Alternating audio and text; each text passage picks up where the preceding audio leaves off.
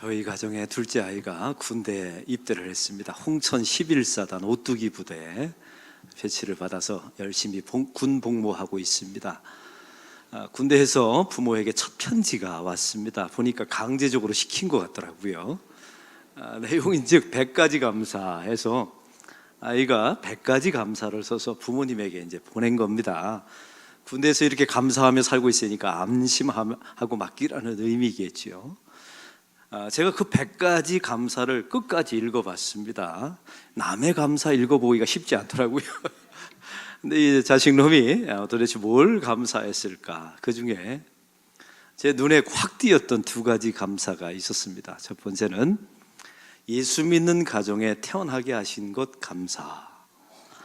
저는 제 아들이 믿음이 없는 줄 알았어요. 그런데 예수 믿는 집안에 태어나게 하신 하나님께 감사합니다 라고 썼길래 군대를 잘 보냈구나 내가 이런 걸 알게 되었고요.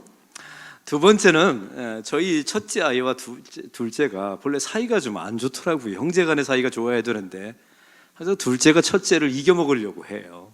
그래서 항상 다투고 싸우길래 제 마음속에 하나님, 형제간에 그래도 담임 목사 집안인데 형제간에 우애 있게 하옵소서, 제가 이런 기도를 많이 했던 적이 있습니다. 근데 이런 감사가 적혀져 있는 겁니다. 형이 있어서 감사. 제가 감동을 받았지 않습니까? 그리고 그 다음부터 보니까 이게 있어서 감사 시리즈가 쭉 있더라고요. 아빠가 있어서 감사, 엄마가 있어서 감사, 핸드폰이 있어서 감사, 2눈이 좋아서 감사. 근데 제가 이 글을 보면서 느낀 점이 있었습니다. 이 감사는 쥐어짰구나. 그냥 마음속에 우러나와서 한 게 아니라 아주 쥐어짜서 한 감사의 내용이더라고요. 여러분 그거 아십니까? 심리학자들이 이런 말을 했어요. 쥐어짜는 감사도 하는 게 훨씬 낫답니다. 감사가 감사를 낳는다는 의미겠지요. 여러분의 삶 가운데 혹시 힘든 일, 어려운 일이 있거들랑 감사를 쥐어짜시기 바랍니다. 그러면 감사가 감사를 불러일으킨다는 사실입니다. 근데 가장 큰 문제는 감사거리가 있음에도 불구하고 그게 감사거리인 줄 모르며 사는 사람이 가장 큰 문제입니다. 저는 지난주에 금요일날 서울 기독교 문화회관에 연합회관에 가서 세미나 2시간짜리 제가 강사를 하고 왔습니다. 우리 통합 측이 속한 우리 전국 노회 아동부 연합회 어린이 사역을 감당하는 각 노회 임원들을 모아놓고 하는 수련회였어요. 컨퍼런스였는데 제가 교회 학교 미래에 대해서, 시급함에 대해서 강의를 2시간 하고 왔습니다. 그 강의 도중에 제가 이런 이야기를 한 겁니다. 또 우리 안락교회를 자랑하고 싶은 마음이 있잖아요. 그래서 우리 안락교회는 본당은 지은 지 25년이 되고 허름한데, 보시면 허름하잖아요. 그럼에도 불구하고 우리 교인들이 비전센터, 투드림센터를 건축하기 위해서 10년 전서부터 땅을 구입했습니다. 그래서 320평가량을 우리가 10년 동안 준비한 것 아닙니까? 쓸 돈 다 헌금 아꼈다가 샀어요. 지금으로 시가로 따지면 30억 원이 넘습니다. 놀라지도 않아요. 우리는 30억 원 정도는 뭐 거기다가 65억에서 70억 가량의 건축비가 들어서 투드림 센터를 아이들을 위해서 짓는 겁니다. 성인을 위해서 짓는 게 아니라 다음 세대 아이를 위해서 지었다고 제가 이야기했어요. 그 안에는 어린이 도서관이 있어요. 카페가 있고 소그룹룸 20개 이상이 있고 어린이 부속시설이 다 있고 마지막에는 체육관이 있어요. 이게 9m 높이입니다. 여러분 9m 높이면 3개 층을 먹은 거예요. 여러분 일반 교회가, 우리 교회는 지금 6층이지만 다른 교회 건물로 말하면 9층 높이인 겁니다. 어른들이 아이들 전용 공간을 위해서 이렇게 체육관을 줘줬다고 제가 말했더니 갑자기 거기 있는 모든 사람들이 박수를 쳐주더라고요. 대단한 교회라고. 저는 그 박수는 제가 받아서 되는 박수가 아니라 우리 안락교인이 받아야 되는 박수라고 믿습니다. 그리고 이 사역을 이루어내신 하나님께서 받아야 되는 박수라고 저는 믿습니다. 여러분 보세요. 3계층을 체육관으로 만들어서 아이들 전용 공간으로 주는 거 쉽지 않아요. 우리 교회는 이게 됐어요. 여러분 후회되십니까? 이미 틀렸어요. 고칠 수 없어요. 이미 다 만들어요. 이제 2달 후면 입당하는데 이미 다 오히려 다행이에요. 사랑하는 성도 여러분, 저는 이게 감사거리인 줄 몰랐어요. 그냥 당연히 되는 줄 알았죠. 교인들이 반대를 안 했으니까요. 근데 전국에 모여있는 교회 학교 교사들이 그건 너무나 어려운 일이었는데 어떻게 그런 일이 안락교회가 됐냐고. 당신네 교회는 될 교회라고. 이런 말을 제가 듣고 얼마나 감사했는지 몰라요. 저도 잊혀졌는데 그걸 통해서 우리 교회 진짜 감사할 일이 있구나, 이런 것들을 제 마음속에 깨닫게 되었습니다. 사랑하는 성도 여러분, 우리의 삶 속에 이미 하나님께서 감사의 거리를 주셨죠. 그 감사의 거리가 감사로 와닿는 것 자체도 하나님의 축복인 줄로 믿습니다. 우리가 감사에 대해서 말씀하면 데살로니가전서 5장 16절에서 18절의 말씀을 많이 인용합니다. 항상 기뻐하라, 쉬지 말고 기도하라, 범사에 감사하라. 이는 그리스도 예수 안에서 너희를 향하신 누구의 뜻이라? 하나님의 뜻이니라. 할렐루야.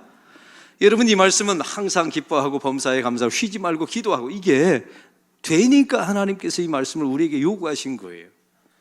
우리의 힘만으로 되는 게 아닙니다. 내 안에 계신 성령께서 이 일을 가능하게 만들어 주실 줄로 믿습니다.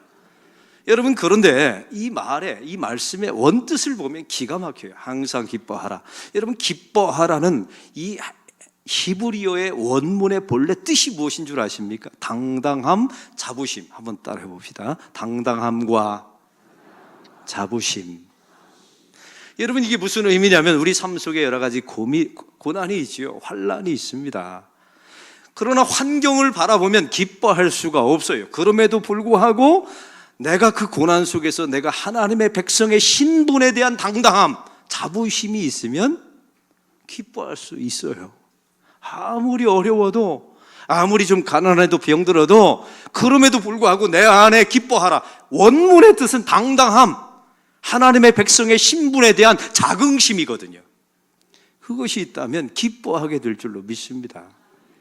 여러분, 쉬지 말고 기도하라. 이 기도하라의 히브리어 원문의 뜻은 교류와 소통입니다. 우리가 고난과 환난 속에서 내 문제가 해결되고 내 문제를 요구하는 것이 기도가 아니에요.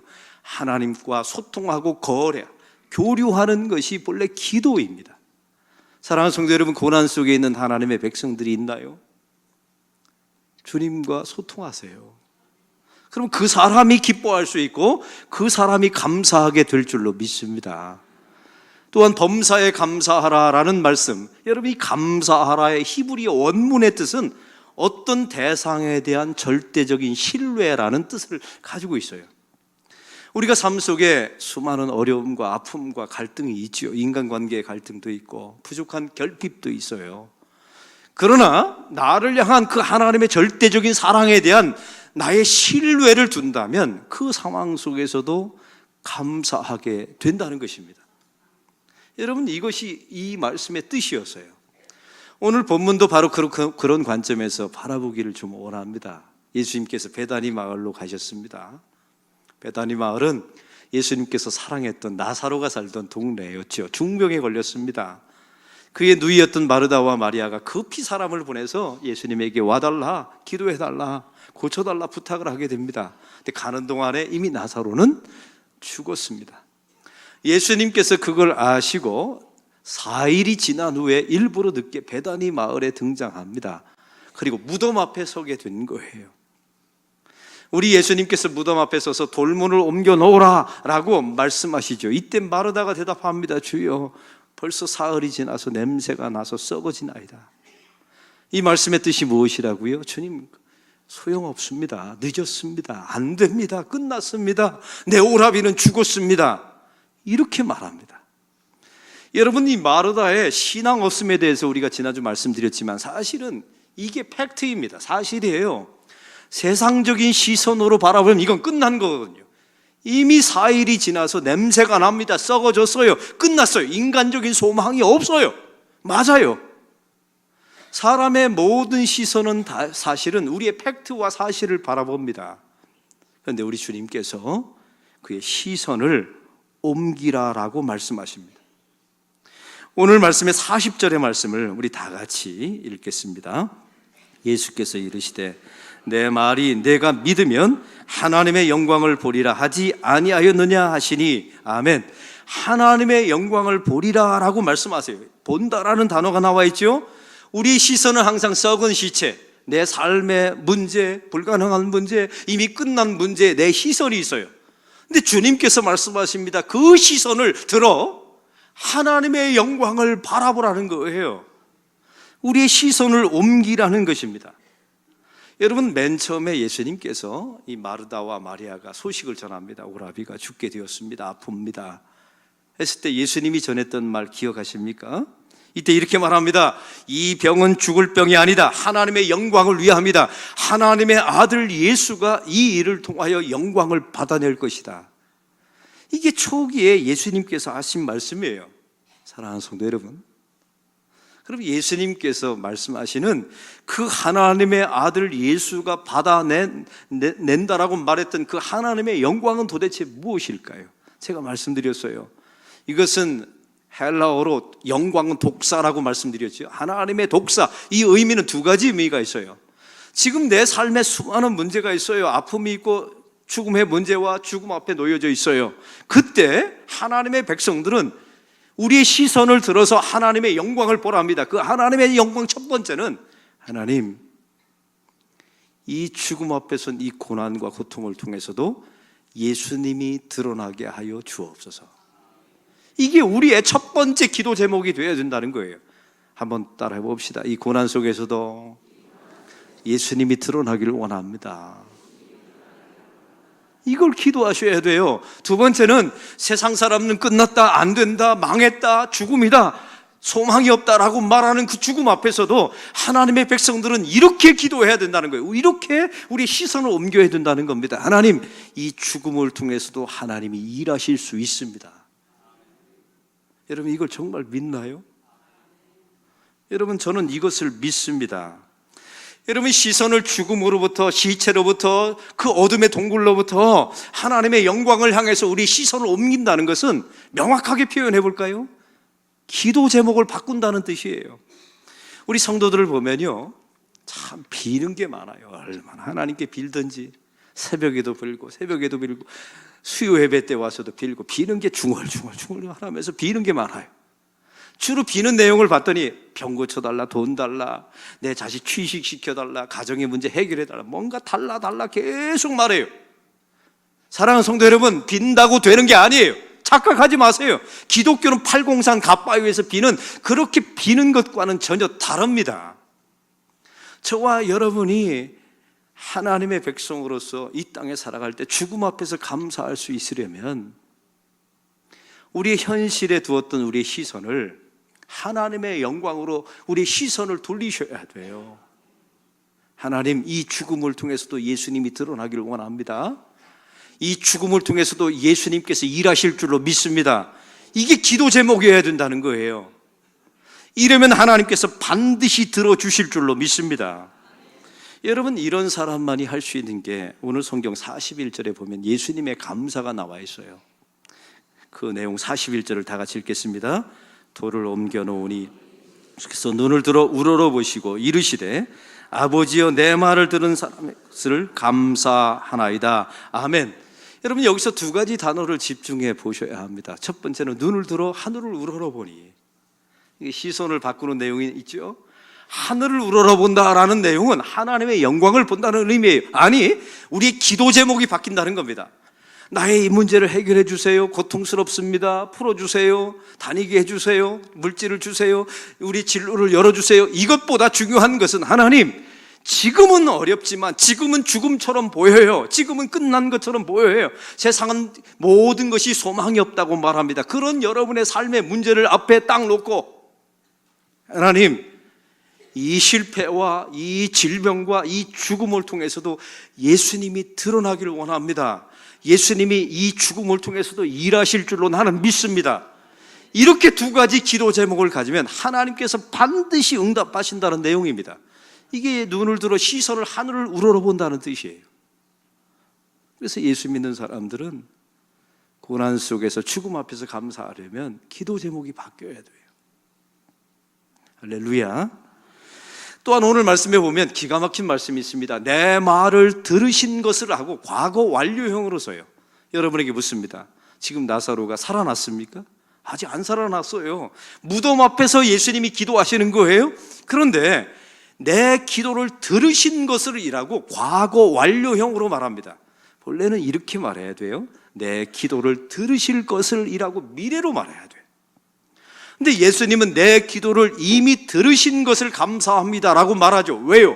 여기는 의미가 있어요. 우리가 하나님 앞에 내 죽음의 문제, 삶의 여러 가지 문제를 놓고 이거 주세요, 저거 주세요. 이러니까 아무리 빌어도 안 주시는 거예요. 근데 기도 제목을 바꾸어서 이 실패와 죽음을 통해서 예수님이 드러나게 하옵소서, 이 죽음을 통해서 예수님이 일하실 줄로 믿습니다. 이렇게 기도하는 기도는 반드시 하나님께서 들어주신다는 약속을 담고 있는 거예요. 근데 중요한 사실은 내가 원하는 방식으로 들어주시지 않고 전혀 의외의 방식, 내가 한 번도 원하지 않았던 새로운 아주 독창적이며 창조적인 방법으로 하나님께서 응답해 주신다는 사실입니다. 사랑하는 성도 여러분, 이게 바로 하나님의 죽음 앞에서 감사할 수 있는 사람의 능력이에요. 죽음 앞에서 감사하는 사람은 그냥 되는 게 아닙니다. 시선을 들어 하나님의 영광을 봐야 합니다. 그 하나님의 영광은 기도 제목이 바뀌는 거예요. 이렇게요. 하나님, 이 실패 속에서 예수님이 드러나기를 원합니다. 예수님이 얼마나 좋으신 분인지, 예수님이 얼마나 위대한 분이신지가 나의 실패, 나의 죽음을 통해서 드러나게 하여 주옵소서. 그리고 이 죽음 끝났다라고 말하는 이 나의 상황을 통해서도 예수님이 얼마든지 일할 수 있습니다. 이 기도가 있으면 하나님께서 여러분과 함께 하십니다. 그때 예수님께서 말씀하시죠. 나사로야 나오라. 예수님께서 말씀하시고 풀어놓아 다니게 하라라고 말씀하십니다. 여러분, 그 시체가 나왔을 때 그걸 풀어서 놓아 다니게 하죠. 살아난 거예요. 우리는 생각할 때 이렇게 말하면 나사로야 나오라, 이 말이 능력 있는 줄 알아요. 근데 사실은 이 원문 전체를 보면 풀어놓아 다니게 하라, 그를 살렸던 가장 귀한 말씀은 그 고난과 죽음 속에서 예수님이 하나님 앞에 올려드렸던 감사의 기도였습니다. 우리 교인들을 보면요, 아무리 기도해도 문제가 풀리지 않는 교인들을 보면 문제가 한 가지 있어요. 입에 감사가 없어요. 제가 지난주에 서울에 올라갔다고 했잖아요. 간 김에 강남 성모병원에서 아주 중환병으로 투병하는 우리 교인을 제가 신방했습니다. 어차피 서울에 갔으니까 시간 조금 남아서 가서 방문했어요. 홀쭉해졌더라고요. 아주 젊은 집사인데 중환병을 앓고 있어요. 근데 참 기가 막힌 것은 우리가 신방 갔으면 목사님 이것도 기도해 주시고 이것도 힘들고 이래야 되는데 얼굴이 환해요. 하면서 저에게 말씀하신 내용이 이렇습니다. 목사님, 그래도 제가 군대 생활하게 해주신 것도 하나님께 감사. 20년 하면 연금을 받는데 17년밖에 못했어요. 아파가지고. 그럼에도 불구하고 믿음이 깊어지게 된 것 하나님께 감사하고, 우리 안락교인들이 나를 위해서, 부족한 나를 위해서 기도해 주는 것도 감사. 입에 감사가 나오는 거예요. 제가 하나님 앞에 이런 생각이 들었어요. 하나님 보셨지 않습니까? 다른 사람은 다 원망하고 세상 탓하는데 입에 감사가 날고 달아나오잖아요. 예수님 때가 된 것 아닙니까? 이제는 예수님이 이 시점에 풀어놓아 다니게 하라. 이게 응답돼야 되는 것 아닙니까? 제가 기도했습니다. 사랑하는 성도 여러분, 여러분의 삶 속에, 가정 속에 수많은 문제와 죽음과 아픔 앞에 있을 때 여러분의 입에서 단 한 번이라도 감사가 나왔다면 그 감사가 여러분의 문제와 아픔과 죽음을 풀어놓아 다니게 하라. 주께서 그 감사 기도를 통해서 응답하게 하실 줄로 믿습니다. 우리 주변에 보면 유난히 감사를 잘하는 분들이 있어요. 이 세 종류의 사람인데요, 첫 번째는 태어날 때부터 감사가 몸에 배어있는 사람이 있어요. 이유가 뭔가 봤더니 그의 부모님들이 이렇게 감사하는 사람은 자식이 그걸 닮더라고요. 혹시 이 자리에 청년들이 계시거들랑 만나면 감사가 이렇게 입에 배어있는 사람은 돈 싸지머지고 와서 애원해서 결혼하시면 됩니다. 여러분 50점, 100점 먹고 들어가는 거예요. 감사가 몸에 밴 가면. 근데 여러분, 만나면 불평하고 세상 탓하고 원망하고 국가 비난하고 이런 사람하고 결혼하면 빌어먹을 가능성이 아주 200%. 하나님이 그런 사람 안 쓰세요. 또 중요한 건 그런 사람 주변에 좋은 사람이 있는 법을 본 적이 없어요. 왜냐하면 짜증나거든요. 한번 생각해 보세요. 그 사람만 만나면 맨날 비난하고 세상 탓하고. 잊고 싶어요? 안 잊고 싶어요? 왜 이쪽 그룹은 대답을 안 하세요? 저도 안 잊고 싶어요. 우울해지거든요.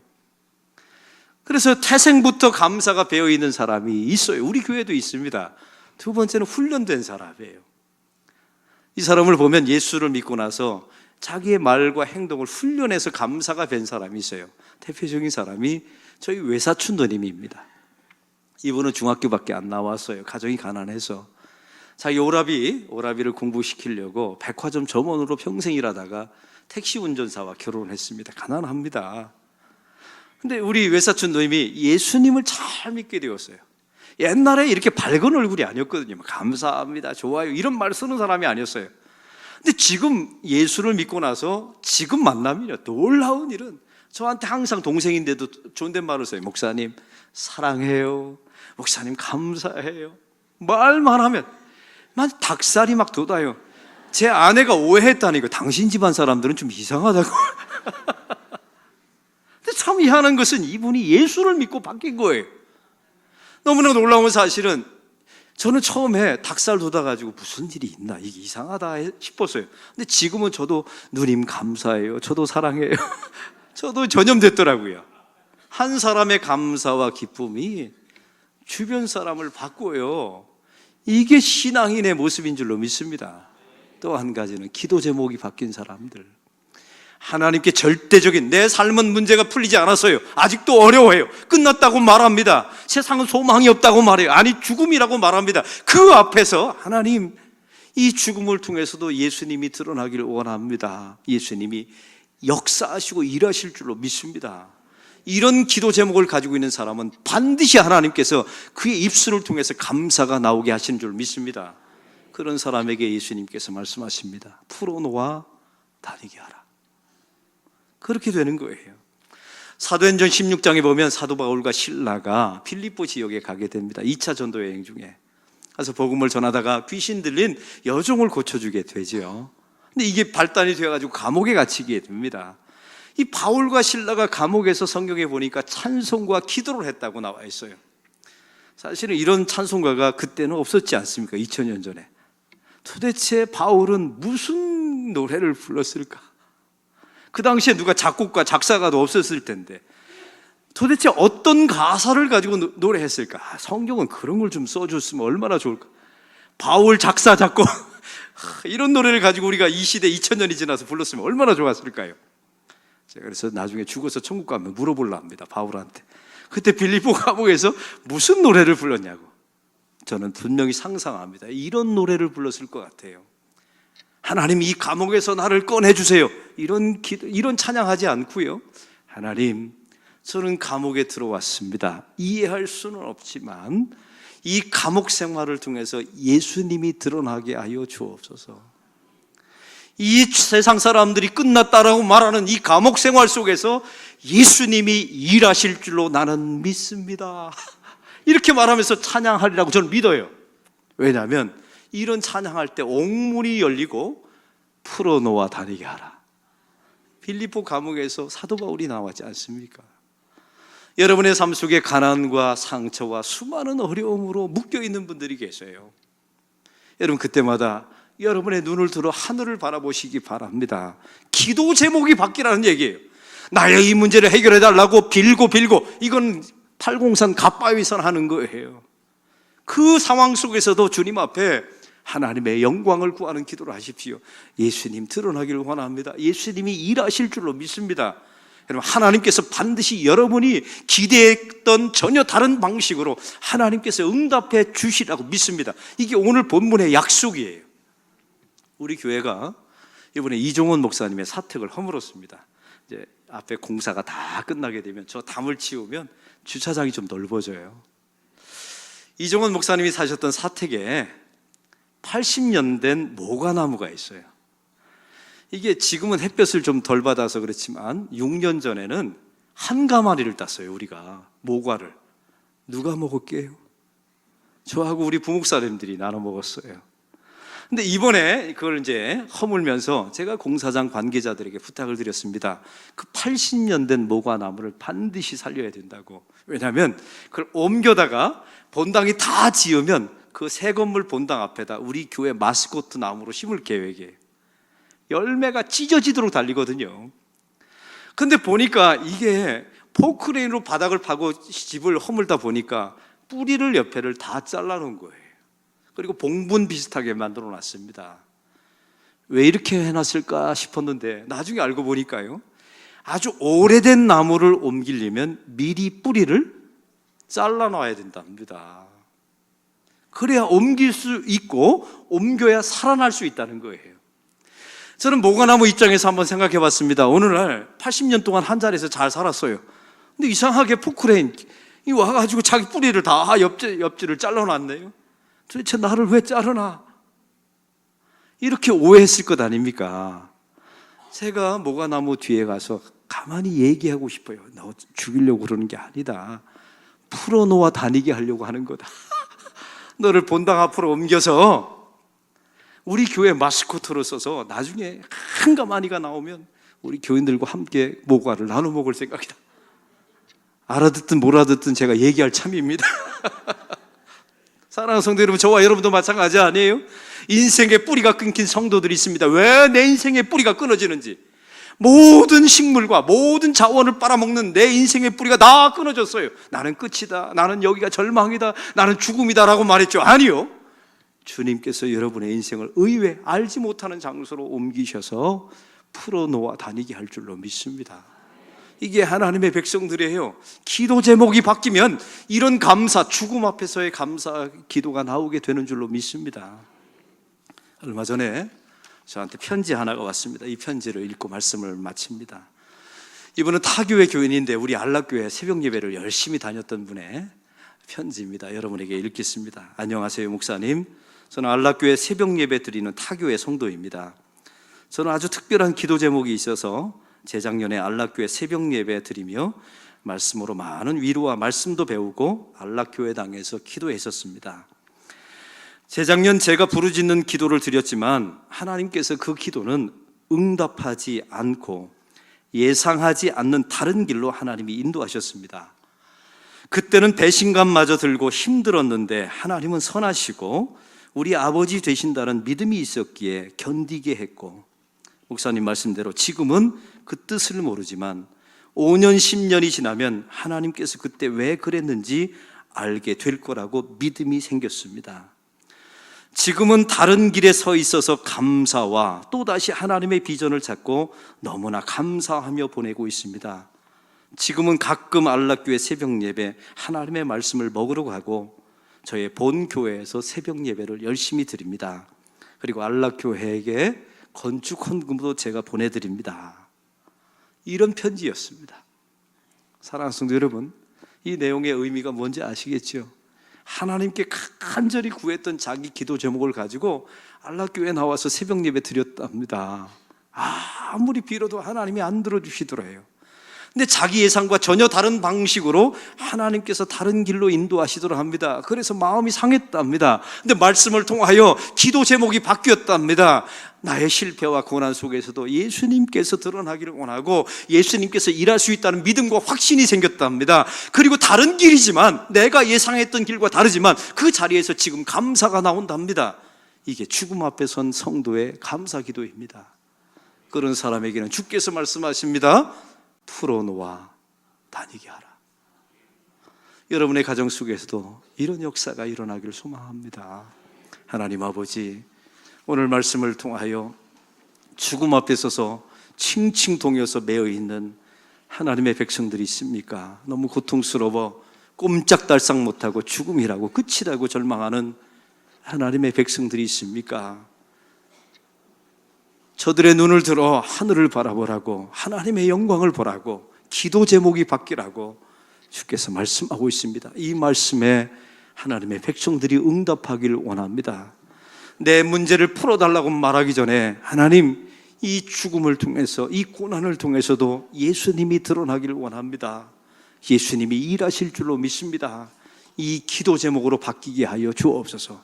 그런 하나님의 백성들에게 감사의 기도가 나올 것이며 바로 그 순간에 주님께서 풀어놓아 다니게 하라, 이 말씀이 응하실 줄로 믿습니다. 우리 가정과 자녀와 우리 교회 안에 이 말씀이 응답되게 하여 주시옵소서. 예수 그리스도의 이름으로 기도하옵나이다. 아멘. 우리 다 같이